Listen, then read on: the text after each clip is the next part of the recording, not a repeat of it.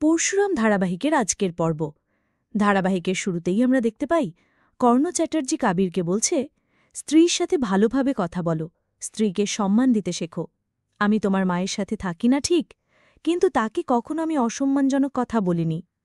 তাই তুমি আরাধ্যার সাথে সম্মান দিয়ে কথা বলবে। এরপর আরাধ্যা কর্ণ চ্যাটার্জিকে বলে, দেখুন না বাবা, আপনার ছেলে আমাকে বলছে ডিসপাজেল কার্ড দিয়ে স্কুল থেকে লাড্ডুকে নিয়ে আসতে। এই কথা শুনে কর্ণ চ্যাটার্জি বলে, হ্যাঁ, তুমি তাই করবে। লাড্ডুকে তুমি স্কুল থেকে বের করে নিয়ে আসবে, এরপর আমাদের লোক তাকে তুলে নিয়ে যাবে, আর তারপরে পরশুরাম আসবে এবং আমরা তাকে সরিয়ে দেব। আরাধ্যা বলে, লাড্ডুকে আনার জন্য তো জামাই বাবু কিংবা দিদি যাবে। কর্ণ বলে, আমার লোক তাকে রাস্তায় আটকে দেবে, এরপর তুমি স্কুল থেকে তাকে বের করে আনবে। আরাধ্যা বলে, সে কেনই বা আমার সাথে আসতে চাইবে? কর্ণ বলে, তুমি লোভ দেখাবে, মাট্টানের লোভ দেখাবে, বলবে দাদুর বাড়িতে তোমার বাবা মা রয়েছে, ওখানে খাওয়া দাওয়া হবে, এই কাজটা তোমাকে করতেই হবে আরাধ্যা, আর কোনো উপায় নেই। শ্বশুরের মুখে এ কথা শুনে আরাধ্যা অবাক হয়ে যায়।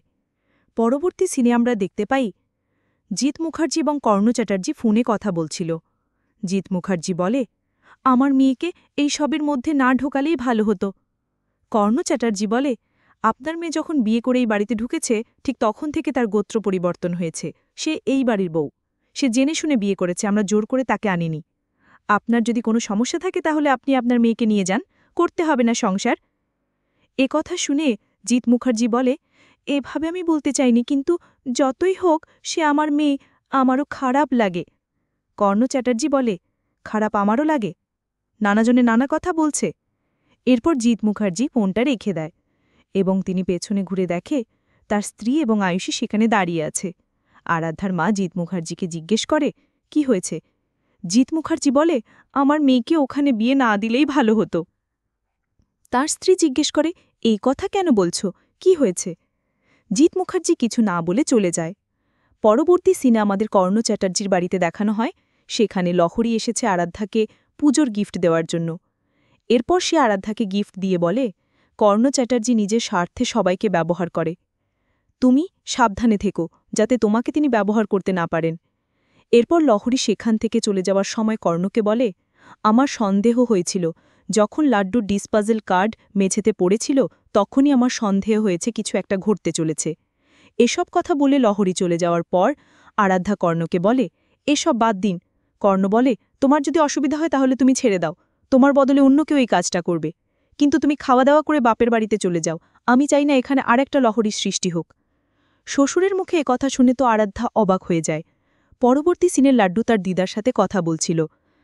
দীপালি লাড্ডুকে জিজ্ঞেস করে সে এবার পুজোতে কি নিতে চায়, তখন লাড্ডু তার পছন্দের জিনিসের নামগুলো বলে দেয়। এরপর সেখানে পিকু আসে এবং সেও তার পছন্দের জিনিসের নামগুলো বলে দেয়। দীপালি বলে, আমি এত বছর আমার নাতি নাতনিকে কাছে পাইনি, এবার আমি তোমাদের সবকিছু ভরিয়ে দেব। ঠিক সেই সময় সেখানে শিবপ্রসাদ চলে আসে এবং বলে, না, আপনি ভরিয়ে দেবেন না, আপনি আজকে ওদের সবকিছু দিয়ে ভরিয়ে দিলেন, তখন ওদের আকাঙ্ক্ষা আরও বেশি থাকবে, ওরা আরও বড় বড় জিনিস চাইবে, সেটা আমার মতো মধ্যবিত্ত লোকের দেওয়া সম্ভব হবে না। কথা শুনে মাড্ডু বলে, হ্যাঁ, আমার বাবা তো গরিব। শেষ সিনে সেখানে তটিনী চলে আসে এবং লাড্ডুকে ধমক দেয়। এরপর সে দীপালির সাথে কথা বলে। দীপালি বলে, আমি আমার নাতি নাতনিদের শখ পূরণ করতে চাই।